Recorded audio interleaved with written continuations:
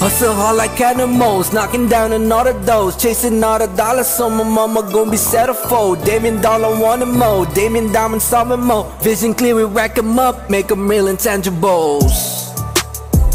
Intangibles Podcast, presented by BZN, the home for basketball content. Hello, good morning, good afternoon, good evening. Whatever time you're watching this, welcome back to the Intangibles Podcast. I'm Matt here with Phil, Sams, and Byron, and today we have a very, very special guest, no? Ano ba to? Kanina pinag-iisipan ko kung paano ko i-intro tong special guest natin kasi medyo mahirap eh. Maraming idol eh. Maraming accolades. One of the best players that ever donned the Ateneo jersey. One of the best PBA players we have ever seen. Ba? Best Pinoy Hooper. So let Kuya judge that na lang, no? So ang guest namin today ngayon ay si Kuya LA Tenorio. Welcome, Kuya, sa podcast. Hello po. Hello. Good evening. Good evening to everyone. Good evening, boys. Hey, Kuya, kamusta? Gusto lang namin, Kuya, first of all, before kami mag-start, no, we wanna say na congrats on your continuous recovery from... Thank you. Congrats on that and hope from all of us here and siyempre din sa mga nanood, alam naman po siguro na we wish you the best of luck with that as well. At siguro moving forward, Kuya, we just wanna ask, kamusta muna kayo ngayon? Okay naman ako.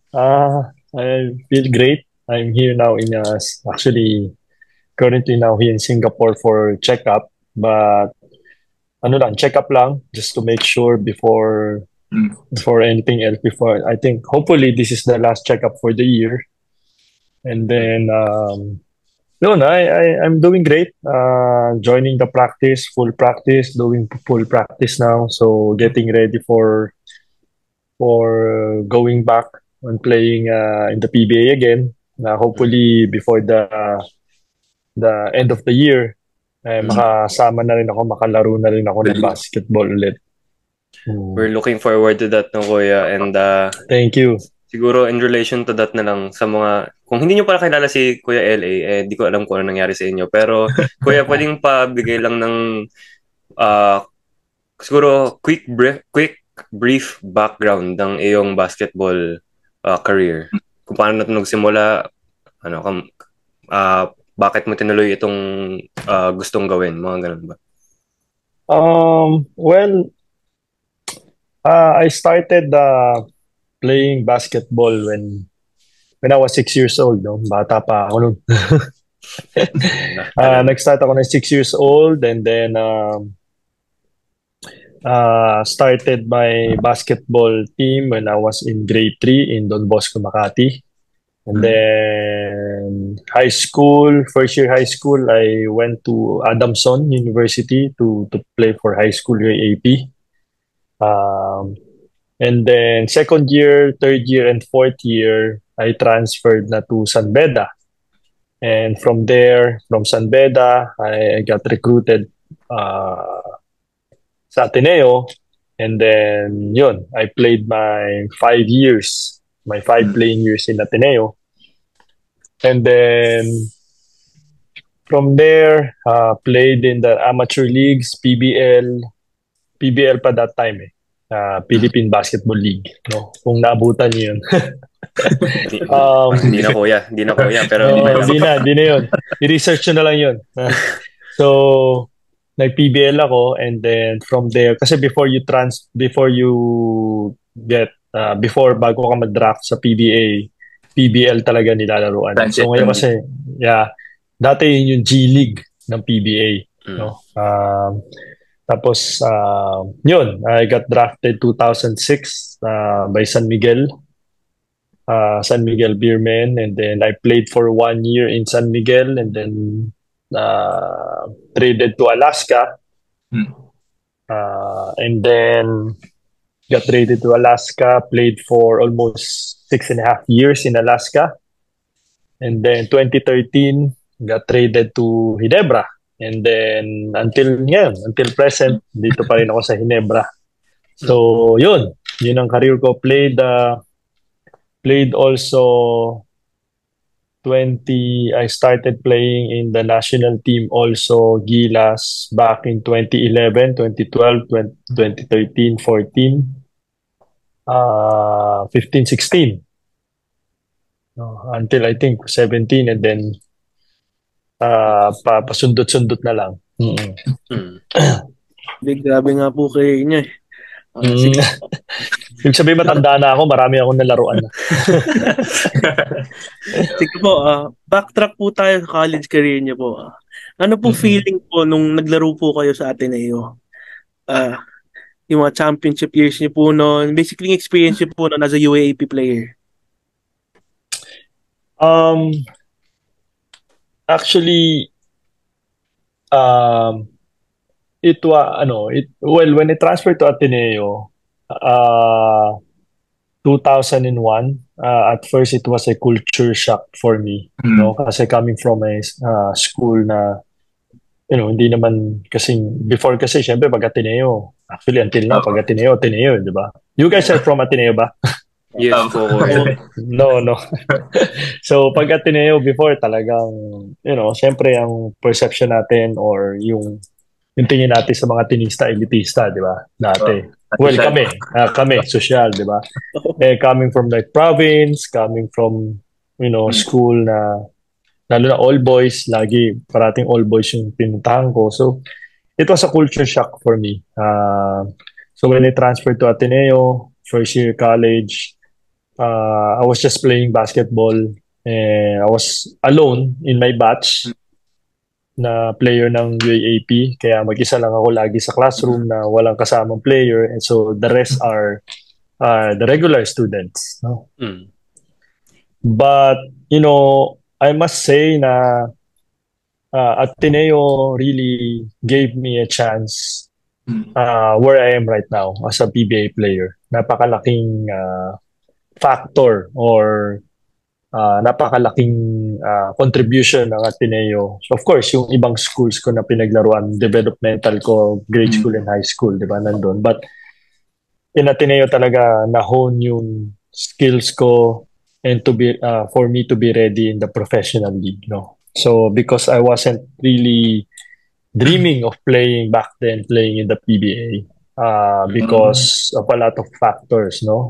My height, I don't think my skills is enough to play in the PBA until I reach my third year college in Ateneo. I think that where I really started parang looking at playing in the PBA.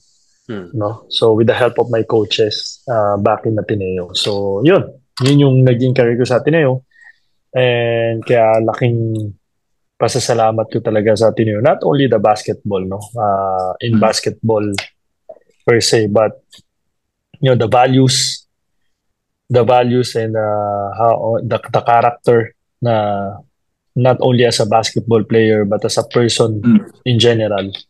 Laking contribution ng ginawa sa akin ng Ateneo. So, yun yung career ko sa Ateneo overall, no? If you were asking me about Ateneo, then that's the overall career that I had in Ateneo in general. Kuya, question lang. Sino yung mga seniors nyo pagpasok ng Ateneo? Enrico Villanueva, Wesley Gonzalez, Rich Alvarez. Oh, actually, Rich Alvarez is 2 years older than me. Paul Tanchi was there. Epok Kimpo, the team manager now of Ateneo. Larry Fonacher, one batch ahead sa akin. Sino pa ba? Rainier season, yan yung mga kuya ko eh. Lahat yan, mga kuya ko lahat. Kuya, actually, yung magtatanong sana ako kanina tungkol sa yung pagpasok mo sa Ateneo, yung first time na pagpasok mo sa Ateneo, yung pagiging mag-isa lang and all of that. Kasi ngayon, for Kuya, si Phil, actually lahat kami nanggaling kami sa high school. Tapos, Ateneo? Tapos ngayon, ako si Phil at saka si Sam, nandito pa rin kami sa Ateneo for college. Si Byron lumipat na sa kabila. Sa kabila. Pero kuya, kasi sa campus pag sa campus kasi kuya nakikita namin yung usually nakakita lang kami ng mga athletes na ganun na mag-isa lang sa classroom or kung saan-saan saan-saan na nakikita na mag-isa lang naglalakad-lakad lang sa kung saan-saan. Curious lang ako kuya, ano bang ginagawa niyo during breaks? Ginagawa ko during break, I make sure na punta ako sa before Moro Lorenzo tambayan namin. So yun yung tambayan namin. Pag break namin, minsan doon ako nag-workout instead of me working out before practice. So kulang yung time kasi ang practice namin gabi, 6 to 8. So late na natatapos. So, yun yung tambayan ko when I was in college. Pero kasi ibang teammates ko may mga group na yan kasi coming from high school, meron sila mga group, mga benches, di ba? May mga bench yan eh. May mga group sila. Sometimes, hinahila nila ako doon, tambay, sama, pero not all the time. Just katulad nila na talagang break time kahit wala sila kasama, upo sila doon sa bench nila. Pero ako, yun yung ginagawa ko. Doon lang sa Moro or I go home sa dorm. Pero back then kasi naglalakad lang kami. Naglalakad lang ako actually. Kasi wala pa akong kotse no sa Ateneo until third year college. So kasi sa Ateneo before, pwedeng tumawid dyan eh. Connection. Doon kami sa Saverville dati yung dorm namin ng mga players sa labas. Saverville Varsity Hills. So, may bridge yan dati sa gate 1. May bridge papuntang tawag dito, sa may McDo. And then, papasok doon. So, yun ang ginagawa ko minsan. Kaya lang, minsan, pag kaya tamad ka maglakad, tapos babalik ka na naman. Wala. Tapos may isang tricycle. May tricycle pa dati dyan eh. Pwedeng umikot din. Ewan ko kung meron pa rin ngayon. So, meron pa rin. So, yun. So, ayun kuya, nasabi niyo po kanina sa from high school, medyo hindi kayo Ateneo nung high school. So, if okay lang i-share nyo, paano kaya kayo ni-recruit ng Ateneo? Well, I was recruited. I was the third recruited player ng Ateneo. Ateneo started their program 1998. They started the program because of the issue, I don't know if this is true, but because of the issue of the BJ Manalo. I don't know if you know BJ Manalo. He transferred to LaSalle. No, so it was really a big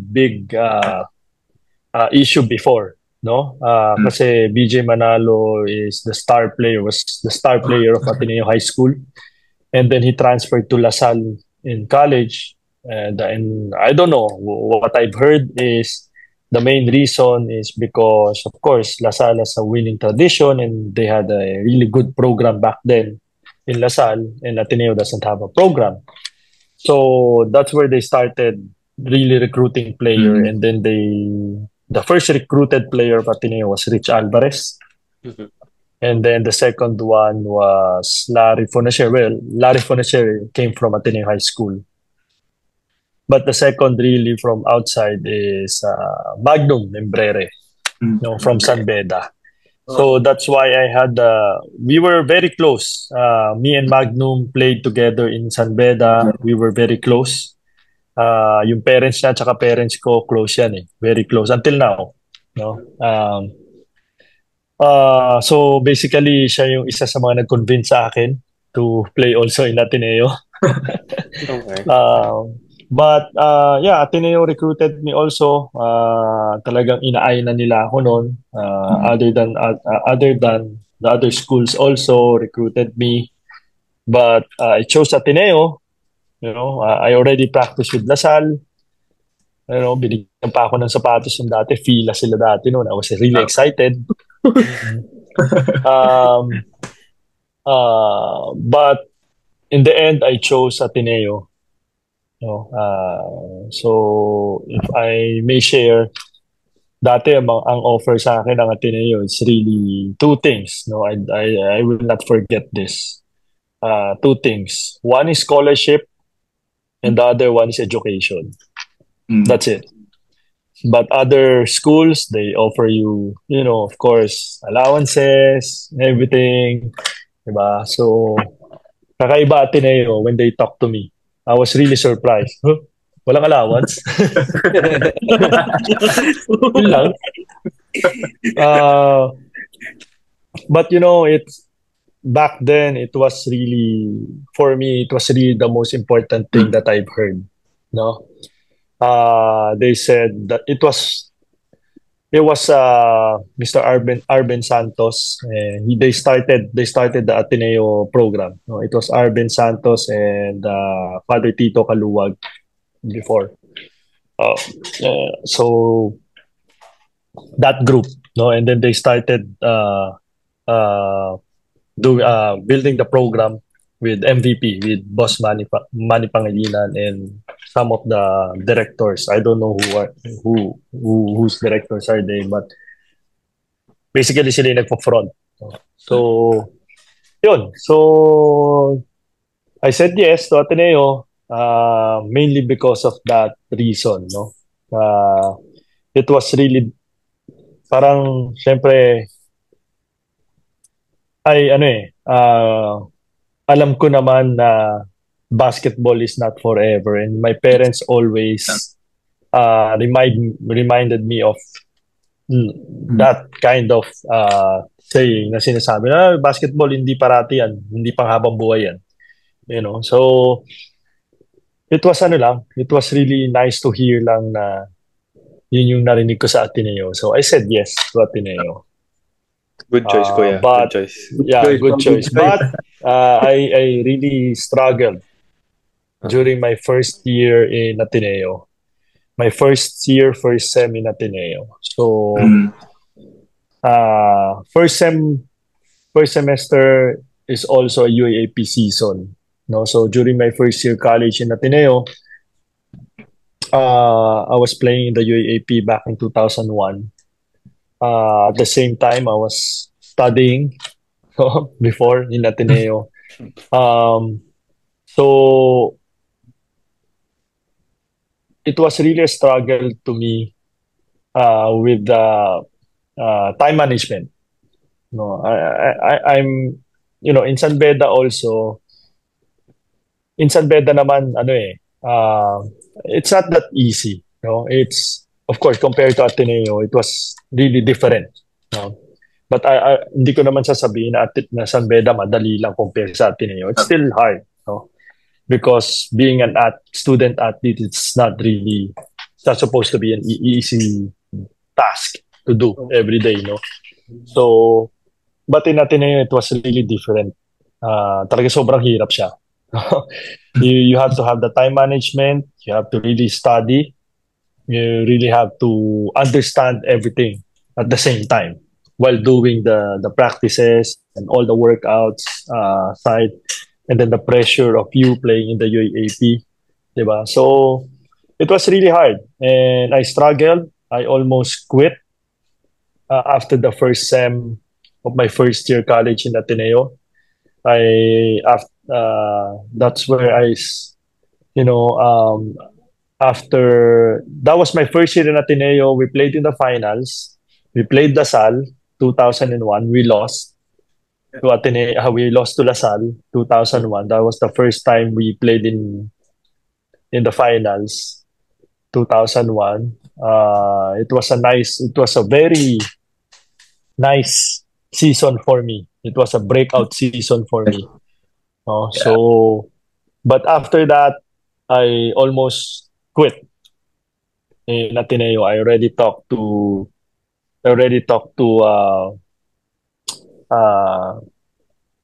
Father Tito and some of the alumni na I cannot do it anymore. I don't know now. The QPI before first year was 1.8 per sem. I don't know if they changed it. Same pa rin ba? Same pa rin po. Same po. Yeah, so 1.8. I had a 1.7 first year first sem. Yeah, so it was, for me, I thought I was doing okay already. I thought I was really studying hard already, doing everything. I don't skip school. So kahit may laro kami ng Thursday, I still go to school even though we're excused already. I still go to school Thursday and then go straight to the game. So that's how my my career in Ateneo, and still hindi pa rin ako umabot 1.7 pa rin. So I have to get 1.9 at least in the second sem to make it 1.8 the whole year. So there, I struggled. I almost quit. I told them I want to go back to San Beda already. I don't think I can make it. I don't think I can do it. I was just being honest. But yeah, with the support of Ateneo, teammates, management, mga alumni, so natulungan naman ako. They gave me a separate tutor. So, but what happened is what they did is sinuspend nila ako for the whole second sem to focus on education. So that was the first time I was grade 3 in Don Bosco all the way to San Beda and to Ateneo. That was the first time na nasuspend ako and hindi nakapaglaro na basketball. So I was really devastated, I was really frustrated, disappointed, sad, lahat na.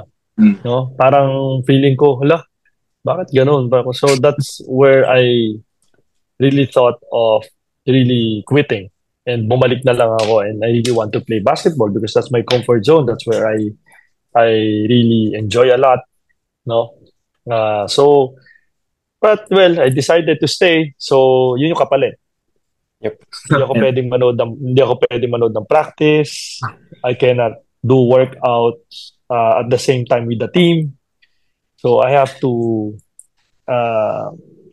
do tutor until 12 midnight, and go to school every day.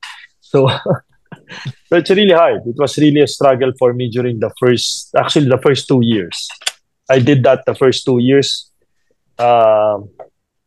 And then after that, nakuha ko na yung time management, how to study habits, do all the papers and everything. So after done, everything gamay-gamay lang talaga. Okay, gamay-gamay lang talaga.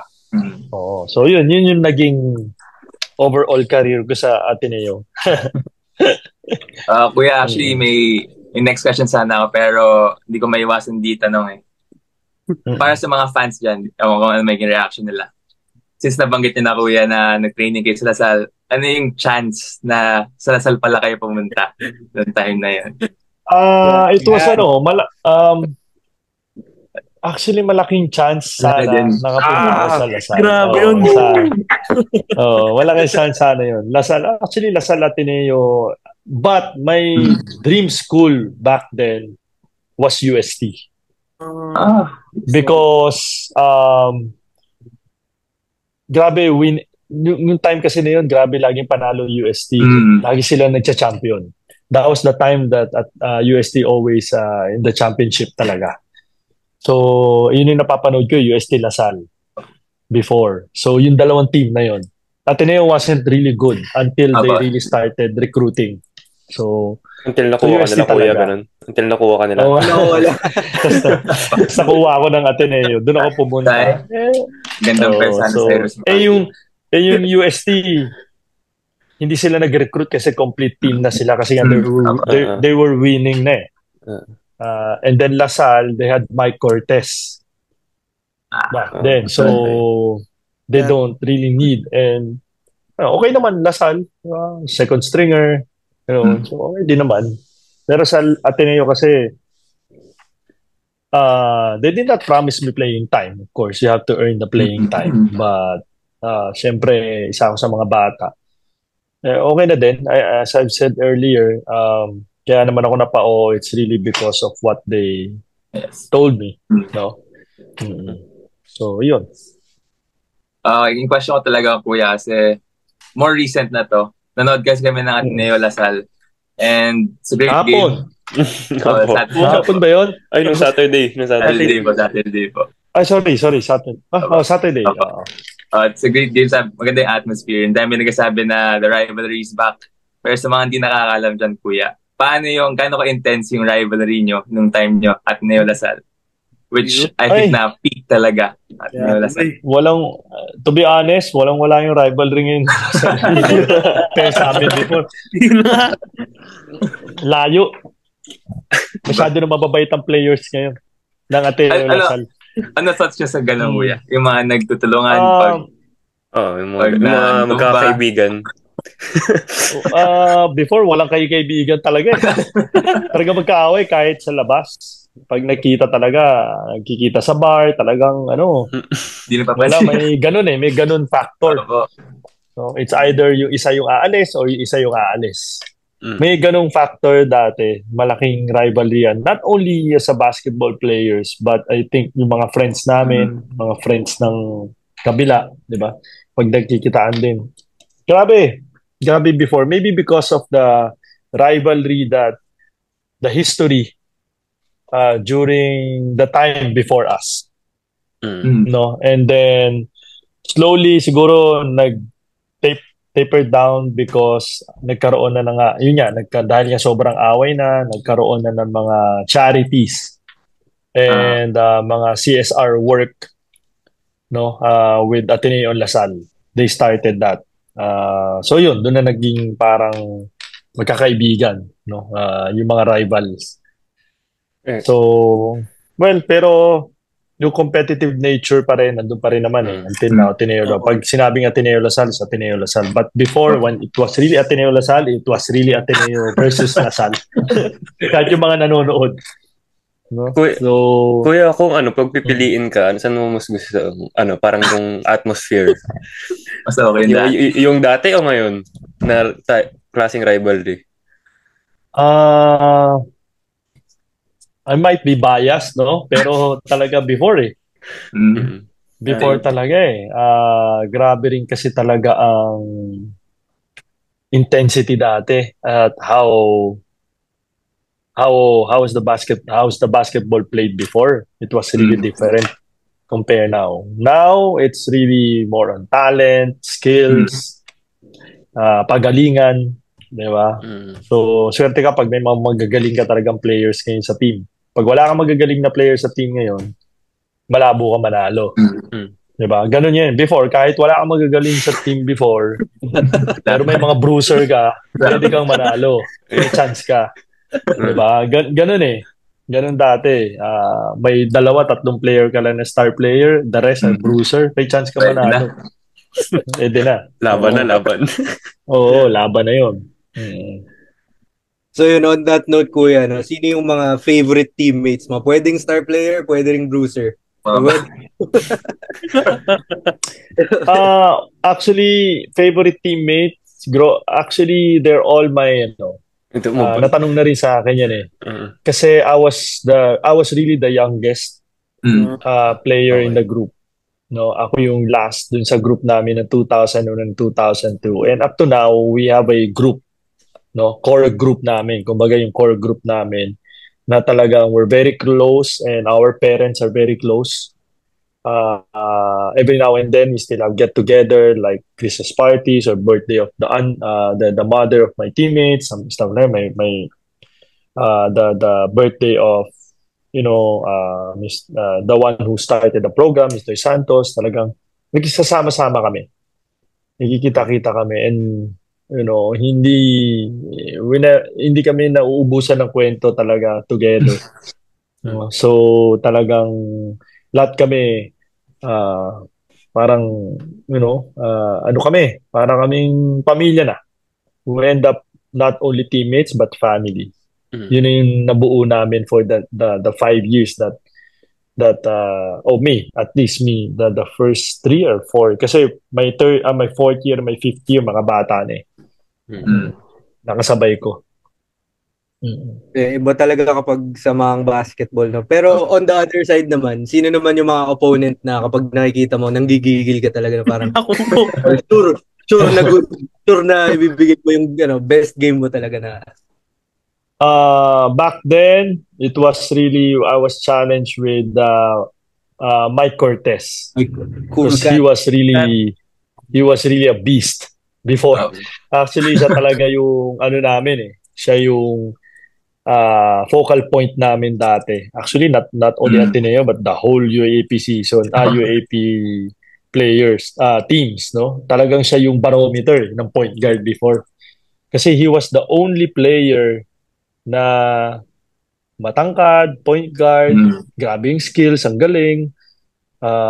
So, yun talaga yung pag talagang iisipin mo, kailangan malampasan ko yung galing nito, yung ganon. No? In terms of speed and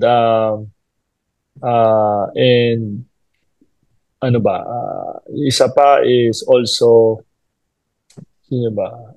Point guard. Paul Artadi before when he was playing in UE. Oo, grabe siya. Unstoppable din. Diba? Before. Oo, si Conchilor na yung San Juan yun. But he was really unstoppable before. Oo. He was teammates with Ronald Tubid, James Yap, KJ Cagaleta. Grabe po yun. Lalim yung team na yun. So, yun. Jerwin Gaho, kuya. Wala namang... Gaho. Jerwin Gaho. Ano namin yun. Yun ang bruiser talaga. Talagang bruiser. Pero hindi natin inatrasan yun. Pero ano, what happened was really si Jerwin. We became friends after our UAAP career.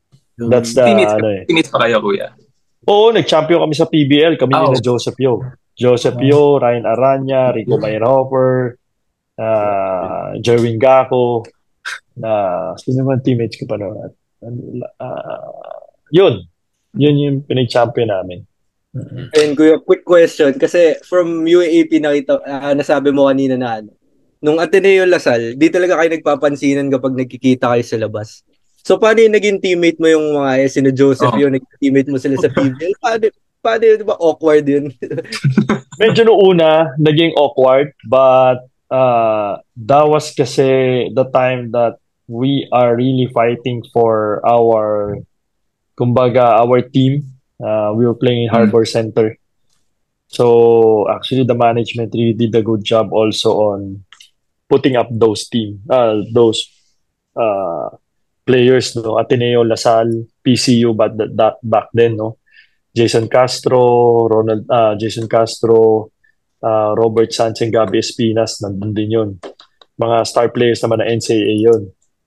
So, back then kasi we were really eyeing na on playing in the PBA, and eventually magkakaroon na rin kami ng time together in the PBA. Pero there's still an awkward moment, lalo na pag natatalo, di ba, may grupo-grupo pa rin.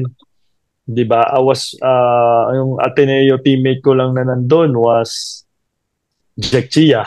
Dalawa lang kami. So it was really hard, but you know, we won the championship. Doon kami naging close. Yun yung naging start ng parang namin, bond namin. No?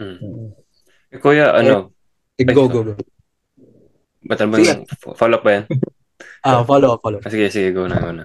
So, last for me, kuya, kanina kasi yung mga top point guards na mention mo na parang based on height, based on skill, you were really known more for your IQ. So, gusto ko lang malaman na siguro para na rin sa lahat. Paano mo na-develop yung IQ, sobrang taas mong IQ, kuya? It's a long process, no?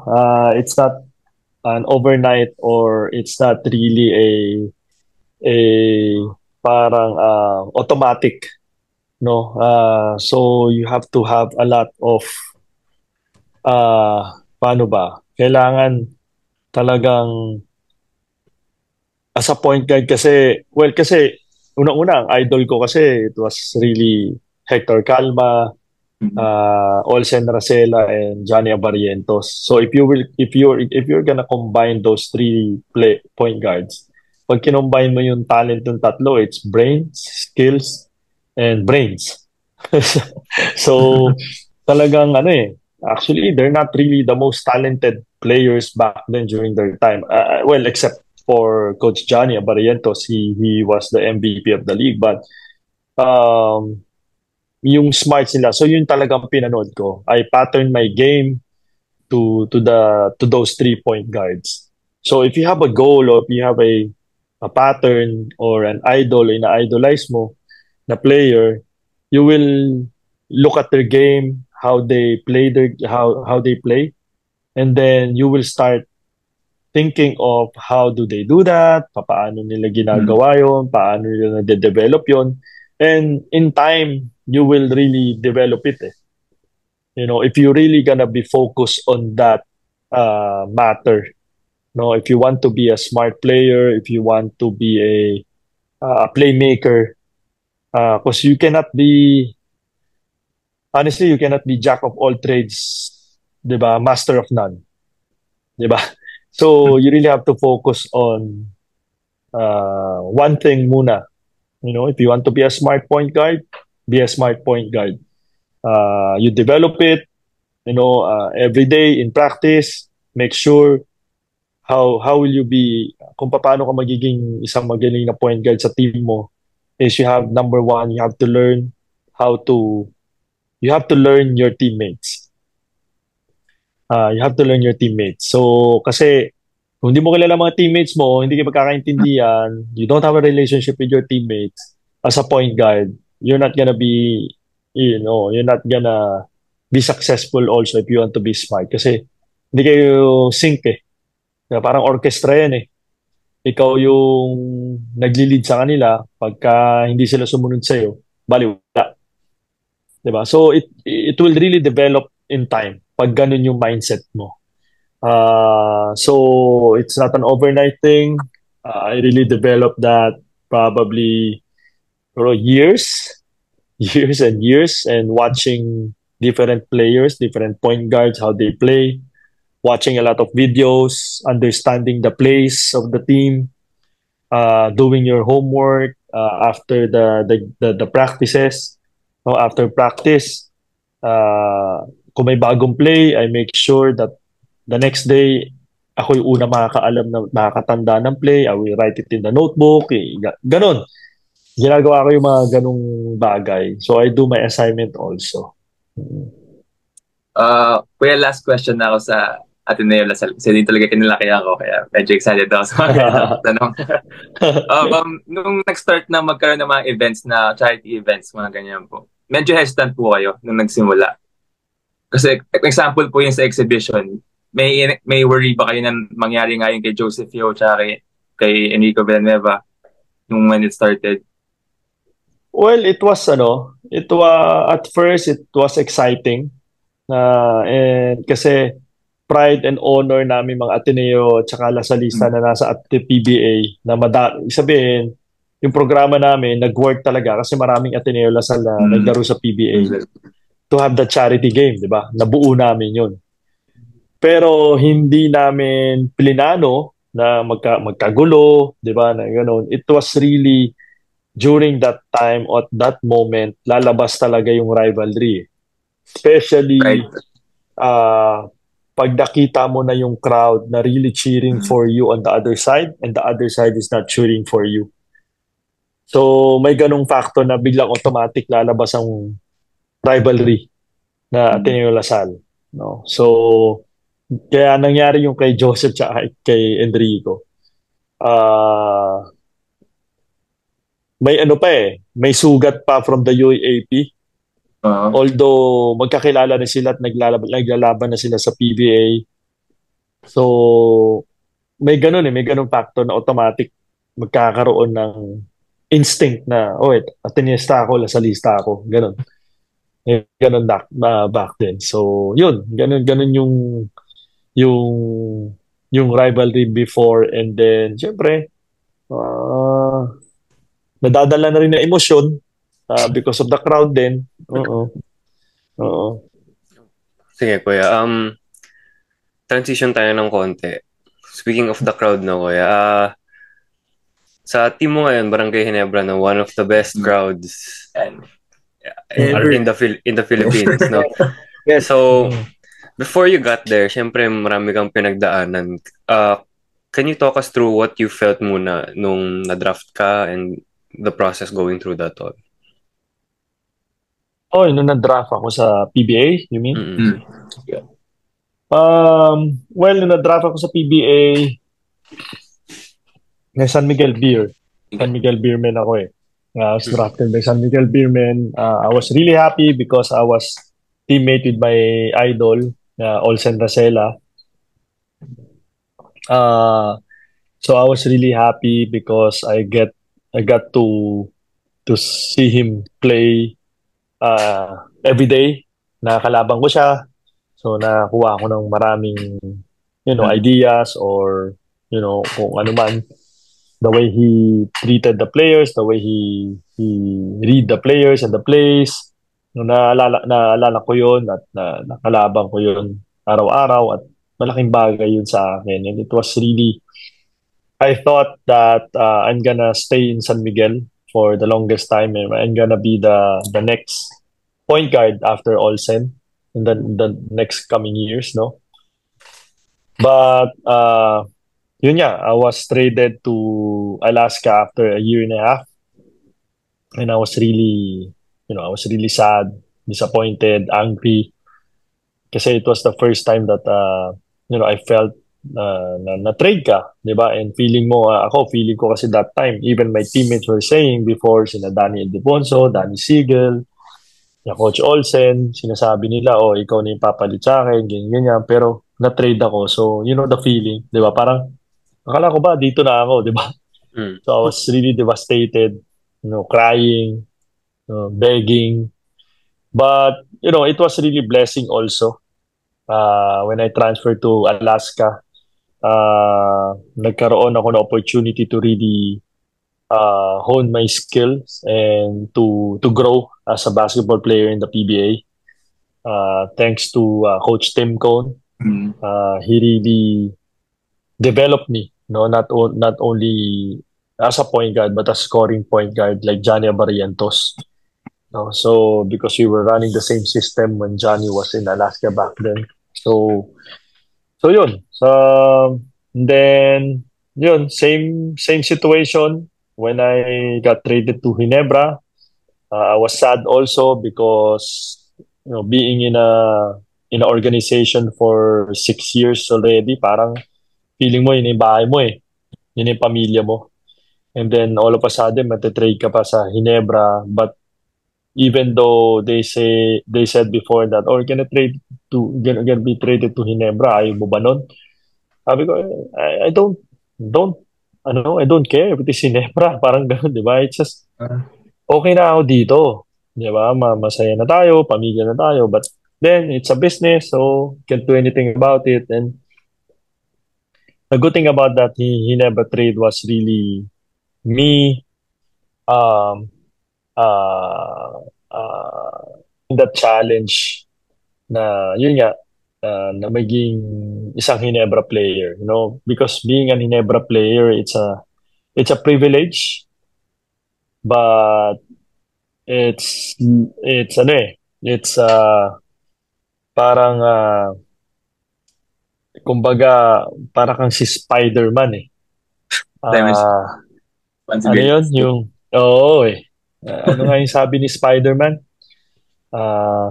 With great power. With great power comes great responsibility. Great responsibility. It's a typical Ginebra player. No? It's a privilege, but you have the big responsibility on your shoulder, on your chest. Diba? So, ganun siya. Ganun yung pressure every time you play. Every time you wear the Ginebra jersey, yun yung match is given. Ramdam nyo agad yung expectations ko yan. Oo naman. Yes. Ginebra talaga ganun siya. So, feeling nila. Siyempre, when I entered there, nandun pa si Mark and JJ. Di ba? So, and I was really playing good basketball in Alaska. And then malilipat ako sa Ginebra, di ba? Eh, tinatalo namin ng Ginebra noon, nasa Alaska ako eh. So higher expectations sa akin, di ba? So, yun. Speaking po of Ginebra, curious po, kamusta po yung relationship nyo ni Justin Brownlee? Sa tingin nyo po ba na siya po ba ang best import ng Gilas? Para po sa inyo. It's unfair to say, of course there's Andre Blatch, di ba? It's unfair to say kasi naging teammate ko rin si Andre Blatch and we were together when we were in Spain, played in the World Cup, no? So it's a different level. Andre Blatch is a different level. He was really an NBA caliber back then, back in 2014.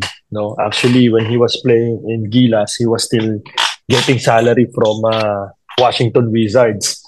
So he was really a legit NBA player back then. No? But I think this time, if you're gonna say that Justin Brownlee is the best import, I think yes. I think this time it's Justin Brownlee is the best import now in the for Gilas. No, so Justin is a great guy. He's a best import not because of his skills and talent and being a basketball player, but overall personality-wise, I've known him. Yung relationship namin is like a family to me. He spends Christmas and New Year sa akin with the family also. No, he even went to one of my chemo sessions with me. So he's really a brother to me.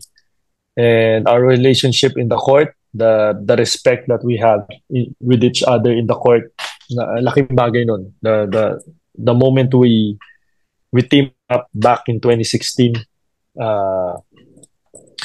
nagkaroon agad kami ng connection together. That's why I think di naman sa pagyayabang, that's why we really had that good run winning those championships together. So, yeah, kitang-kita nga po yung relationship niyo dun sa video niyo nung yung sa umiinom kayo, kuya. Napanood ko yun eh. Saan? Umiinom? Yung umiinom kayo ni Kuya Justin sa yung sa primera namin Truth or Dare. Truth or Dare. Truth or Dare. Yung namin, yung ganun yung relationship namin. So question ko lang kuya sa Ginebra. Kasi isa sa mga Ginebra fans talaga, grabe passion nila.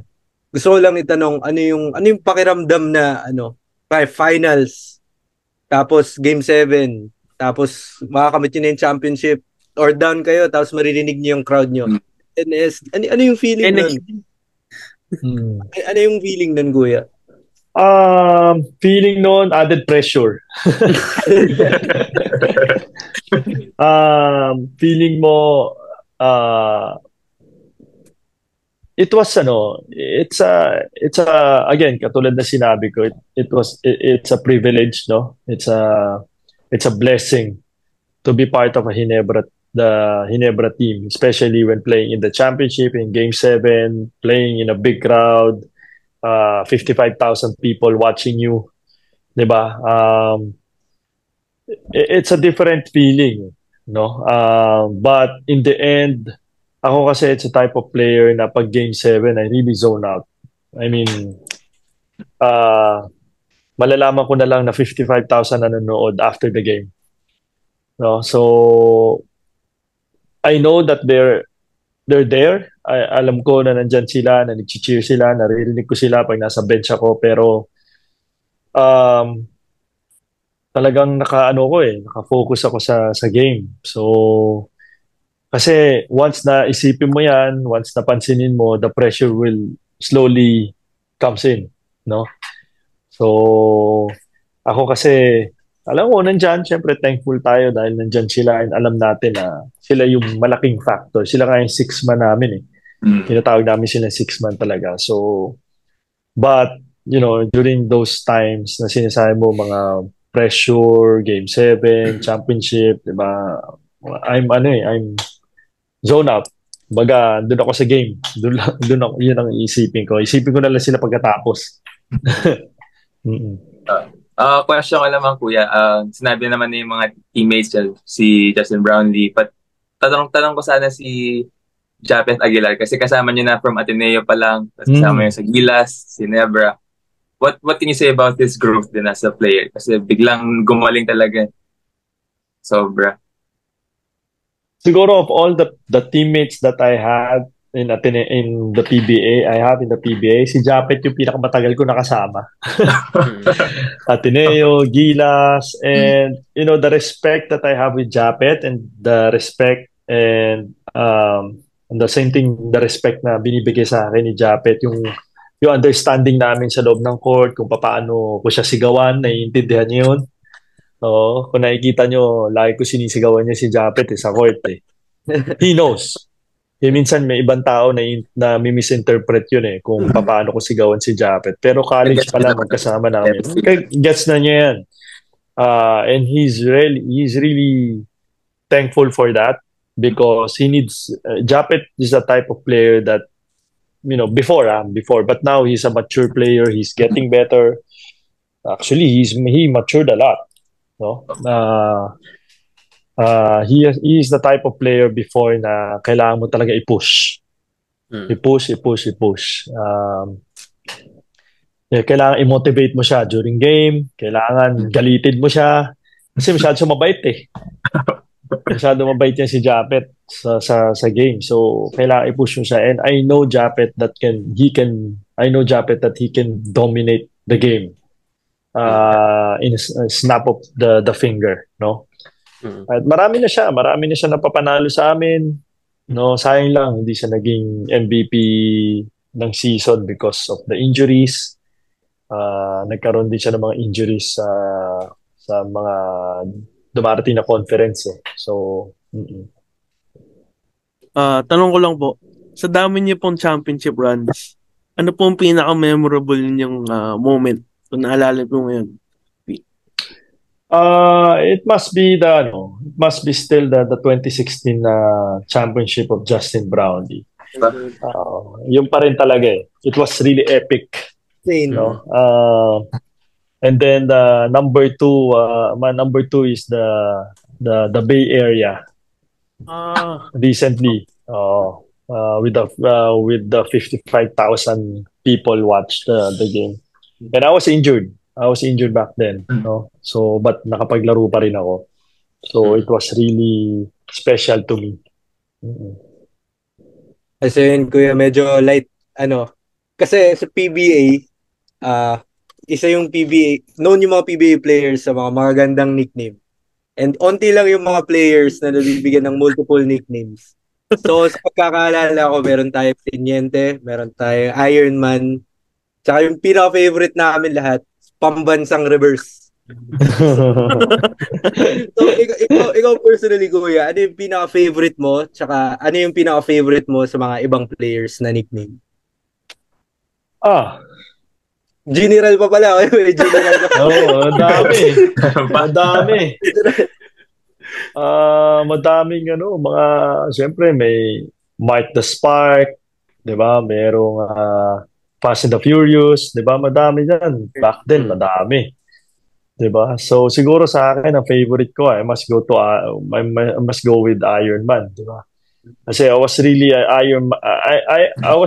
Iron Man fan before pa ako tawaging Iron Man. Actually may collection na ako ng Iron Man hot toys since Iron Man started. Iron Man 1. So kaya may collection ako sa bahay. Mga malalaking statue, so puro Iron Man lang yan. And then, ironically, tinawag ako na Iron Man back in 2017, I think. Before the pandemic. So, I must go with Iron Man. Siguro sa iba, madami.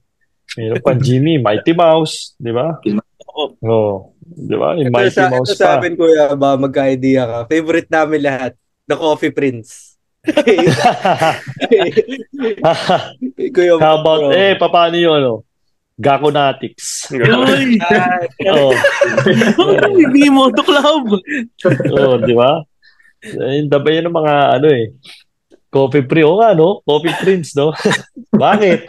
Bakit yung paborito yung Coffee Prince?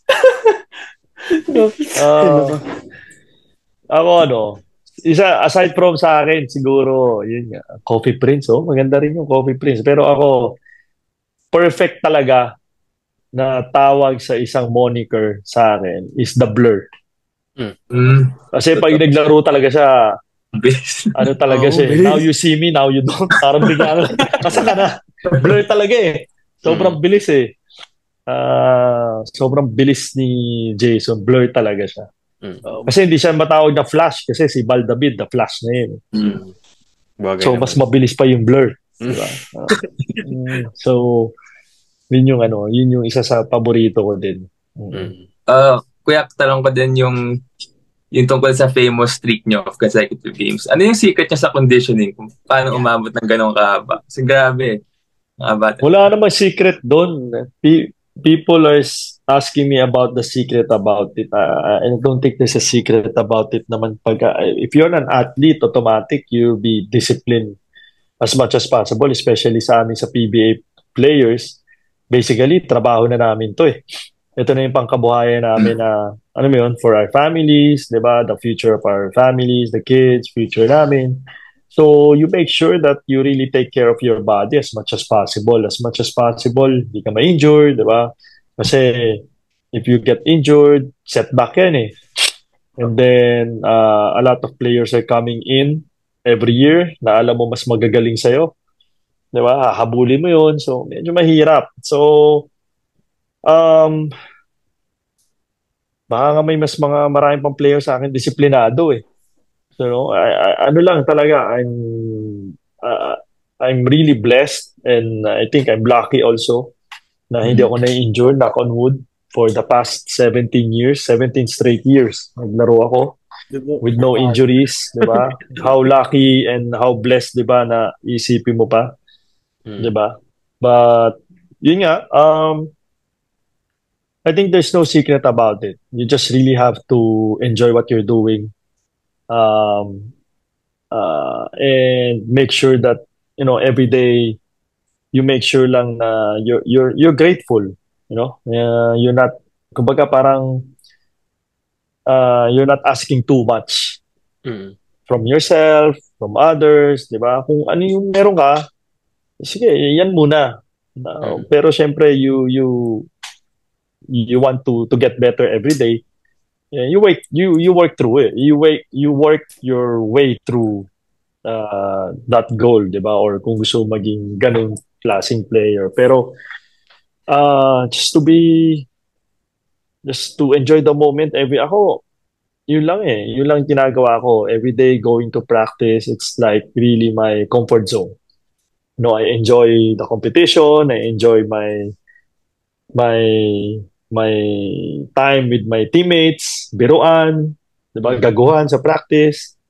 Although nakakapagod, may times na nakakapagod, doing 2 a days, 3 times a day, practice, pag off-season. Pero in the end, I enjoy doing what I'm doing. Kaya, lalo na pag games, talaga nag-enjoy ako sa competition. Kahit mga kaibigan ko, kalabang ko, nagbibiroan kami sa court. So, I love what I'm doing. Kaya siguro, tumagal din ako ng 17 years playing straight. Yun. Hindi naman injury nagpatigil sa akin. So, pero yun yung there's no secret naman. And, I'm hoping also na may mga players na magkaroon ng goal to break my record. Bakit? Kasi I think yun lang yung may iwan kong legacy sa PBA eh. Diba? It's just showed how dedicated, how disciplined, how I love the game so much. Diba? Na if may isang player na gustong maka-reach nung ganun level or ganung record, I'll be one of the happiest guy. Kasi ibig sabihin, may gustong sumunod sa yapak ko kung gaano nila ka-love ang basketball, kung gaano nila kasaya playing, nag-enjoy sila every day, playing every moment, 'di ba? Enjoying the moment, 'di ba? Magandang tingnan 'yon. Well, Kuya, sa totoo lang, dapat tatanungin ka namin sa favorite teammate at saka nakalaban mo sa PBA. Kasi may naisip ako magandang scenario. So, bigyan kita ng 5, Kuya. Sige. Gagawa ka ng 5 mo.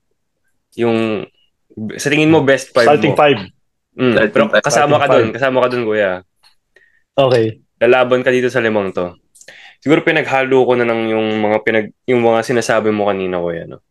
Okay. So yung 5 mga kalaban mo, si Jason Castro.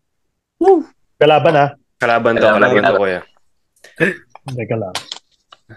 Okay, Jason Castro. Here we go. Mike Cortez. Uy, Cortez. Guard. Puro point guard ah. James Yap. Uy. Yep. Okay. RDO. Si Jerwin. Ako? Highest level yun ah. David Champion. Sige, so bubuo ako ng 5 na lalaban dito. Kasama ako. Kasama ka dapat. So lagay ko yung pangalan ko. Lagay ko si Johnny Abarientos. Okay. Tapos. Lagay ko si Mark Kagiwa. Okay. Long match. Laban kay James yan. Yes. Ang pamalit ko kay Mark Kagiwa dito, si Willie Miller pa. Hanip. Diba? Okay. So ako, si Johnny A, tapos Olsen Racela yung kapalit nun. Gumagawa ng buong Mark Kagiwa. Tapos, yung RDO, ang matchup ko dito kay RDO, probably, I'll go with Japet. Okay. Japet Aguilar. Japet, tapos ang bench ko dito, si Mark Pingris. Pucha. Ang dami naman. Mark Pingris. Tapos, ang matchup ko kay Gako, Wala. Ang hirap wala akong matchup dito. Walang matchup kay Gako. Yung matchup ko dito kay Gako, Bo Belga. Kuya Bo. Suntukan na yan, Suntukan na yan, di ba? Belga. Grabe po yun. So, yan ang Belga or Junmar Fajardo, syempre. Match lang, kuya. Match lang yun. Actually, pag pinagsama mo yung Belga at Fajardo, match na yung kay Gako. Si Jerwin. Okay, kuya. Ayos yan. Sa akin, ang wala pala akong kapalit. Pag hindi ako maglalaro, lagay ko dito si Alapag. Ang daya naman. Wala, panalo na talaga. Diba? Madaya. Oo, yan ang lineup. Kuya, may natin sana mabanggit Pero gaano kagaling, alam ko hindi na siya prime nung pumutang Ginebra. Pero Stanley Pringle. Gaano kagaling Stanley? Hindi, nung dumating si Stanley sa amin, yung prime niya. Grabe yun. Oo, grabe, unstoppable yun. Sobra, lalo sa practice. Ay, sus Mariosep. Grabe yun. Tsaka yung pag pinapanood ko siya sa practice, sumakasakit yung tuhod ko sa sobrang shifty niya. Alam mo yung, paano niya nagawa yun? Ganun. So, he was really on a high level. No? Na Europe naglaro yun. Ibang klase yun. Import sa Europe yun. Oo. For you to be an import sa Europe, ibang klase yun. Oo. He's probably talent-wise, he's there. He's there talaga. Of course. Iba talaga. Oo. Okay. Pero kuya, since feeling ko naman natanong na namin yung mga gusto namin itanong sa'yo and we don't want to take up much of your time there, siguro last na lang, kuya. Kung may advice ka sa mga young or aspiring hoopers out there na pwedeng manood na itong video na to, anong pwede mong masabi sa kanila to continue to reach for their goals? Tsaka na rin sa mga kahit hindi bata, yung mga gusto lang talagang or life. Mag-aspire in general. Ako, I always say, you have to have a goal. No? First and foremost, you have to have a goal kung ano man ang gusto mong gawin sa buhay. It doesn't matter if you want to be a basketball player, you want to be a CEO, you want to own a company. You have to have a goal. But for you to reach that goal, it's a good that you have a goal. Meron isang video na lagi namin pinapanood kay John Maxwell yun I don't know if you know John Maxwell. He's a leadership guru ni Coach Tim. But what I like doon sa kanyang sinasabi is meron siyang isang parang law of sa team or law sa isang team. Sabi niya doon is role is more important than the goal. So, yes, you have a goal, but yung role mo as a person or as a teammate, for you to reach that goal, you really have to, number one, for me, for you really have to be, I think you really have to be number one every day. You have to be grateful. Maging grateful ka kung anong meron ka. Grateful ka na meron ka opportunity every day to get better for you to reach that goal. So, yun yung number one sa akin. Number two, you cannot take anything for granted. Kung ano yung dapat mong gawin, kung gusto mo maging isang napakagaling na basketball player, you cannot take anything for granted. You wake up what? Kung ang practice mo 9 o'clock, you wake up early, do your thing early, go to practice early, do extra. Parang si Kobe Bryant, di ba? Yung lagi niya sinasabi na, if you wake up 6 a.m. or 4 a.m., di ba? 6 to 8 a.m., practice ka na. Pagkatapos dun, breakfast ka, pahinga ka, and then you go to the gym 12 to 1. Pagkatapos nun, breakfast ka, lunch ka na, pahinga ka, and then 4 to 6, mag-practice ka with the team or kung ano oras mo ng team. Marami ka na nagawa. Diba? So, with that, saying that, you're not taking anything for granted na binigay sa'yo na time ng Diyos, diba? Araw-araw na binibigay sa'yo. I-grab mo yung opportunity na yun. Because going to my number 3, because you never know what's gonna happen next day. Diba? Perfect example is my what happened to me. I've been playing for 17 straight years. We talked about it. I played for 17 straight years with no injury and everything. And snap of a finger, pwedeng kunin sa akin. With what I had the past month, diba? Yung nangyari sa akin. So, sa akin, going to number 3, you really have to enjoy the moment. You make sure that every day you go to work, huwag mo iisipin na, bukas na lang, tapusin ko na lang bukas to. Ganyan. No. You never know what's gonna happen. Diba? So, enjoy the moment. Sabi nga lang, savor the moment. Savor the moment pala. Savor the moment, di ba? Na meron ka opportunity to get better for you to reach, going back, for you to reach that goal. So, syempre, nandiyan na it's normal to say, being in a corporate, being as an athlete, you really have to be disciplined, determined, dedicated in everything that you do. Automatic yan, di ba? Pero doon papasok yung be grateful, don't take anything for granted, at saka just enjoy the moment. Each and every moment, just enjoy the moment. You have time and for you to have time to get better every single day for you to reach that goal. Di ba? Again, kasi di mo alam kung ano mangyari sa'yo the next day. Mamaya, di ba?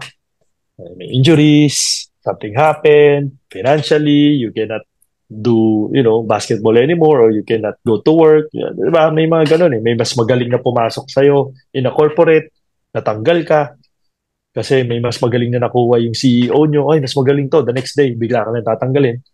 Diba? You have 30 days. Yeah. Diba? May ganun So, yun lang yung, and the last thing that I'm want to say is really be humble. In everything that you do, be humble. Bakit? Kasi if you think, like in basketball, my thing is, I always say that if I think that I'm better than anyone in the PBA, then it's time for me to hang my jersey. Diba? If I think that I know everything already, sa tingin ko, pinakamagaling na ako sa PBA dahil dahil sa tanda ko or dahil sa experience ko o dahil sinasabi nila high IQ ako sa basketball, then it's time for me to hang my jersey. So, but no, I'm being humble. Kahit may mga batang pumapasok, pag may nagagawa silang isang move, nagpapaturo ko sa kanila, paano mo nagawa yun? Sabi nila, kuya, ganito yun, ganito, ganyan. So I still try to learn from everyone. So that's being humble. And in a corporate world or in school, you really have to be humble also. Hindi ka pwedeng maging mayabang na alam mo lahat. Kung alam mo lahat, di mamatay ka na. Di ba? Kung alam mo lahat, wala ka nang dapat matutunan pa. Di ba? It's time for you to go. So, but no, you really have to be humble and make sure that you learn every day. You learn every day for you to get better and for you to reach that goal. So, ayun. Yun lang yung akin. And walang number. Lastly, walang number yun. I think the power of prayers and the faith and trust and belief with our Lord Jesus Christ. I think yun yung pinakamalaking factor din. I can say that because the faith really saved me. Yeah. So yun lang yung gusto ko sabihin sa lahat ng mga aspiring athletes and aspiring in a corporate, sa lahat ng mga gustong ma-reach ang goal nila sa buhay in general. So yun lang. Okay, kuya. I think pati marami kami natutunan sa sinabi mo. Well said, kuya. Sana. marami. Sana. And hopefully marami rin sa mga nanonood din marami rin natutunan from you with that. And on behalf of everyone here, we would like to say thank you for joining us for this episode no kuya. Thank you. We really appreciate the time na binigay mo sa amin to learn about you and your basketball career and life in general din. Hopefully soon enough makausap pa ulit namin kuya at baka mas marami pa tayong pag-usapan and kung kailan man yun. At thank you for the opportunity also. Thank you kuya. Speedy recovery dyan sa'yo, kuya. And I think, again, I speak for everyone na excited na kami makita ka. Maglaro ulit sa PBA. Sana. Yes. So, sana. Next month. hopefully. Kuya, before we end, baka may gusto kang batiin or i-plug. Plug. Yung bagong show ko nga pala, supportahan. Hindi. No, I just wanna say thank you also, you guys. Thank you for this opportunity and congratulations sa podcast or kung naman yung ginagawa ninyo. Hopefully marami kayong ma-inspire din and mapasayang tao sa ginagawa ninyo. More than bashers, sana marami kayong mga supporters. Diba? So thank you for this opportunity also. And yun lang, thank you sa lahat ng sumusuporta, siyempre sa Barangay Ginebra and also sa PBA. Keep supporting PBA. And yun lang. God bless to everyone and one big fight. Yeah. And with that, I hope you guys enjoyed this episode of the Intangibles podcast with Kuya LA. It has been fun. Hope you guys are all safe out there. Me, Phil, Byron, and Sams would like to see you back again for our next episode. And yes, stay safe. God bless everyone. Peace out.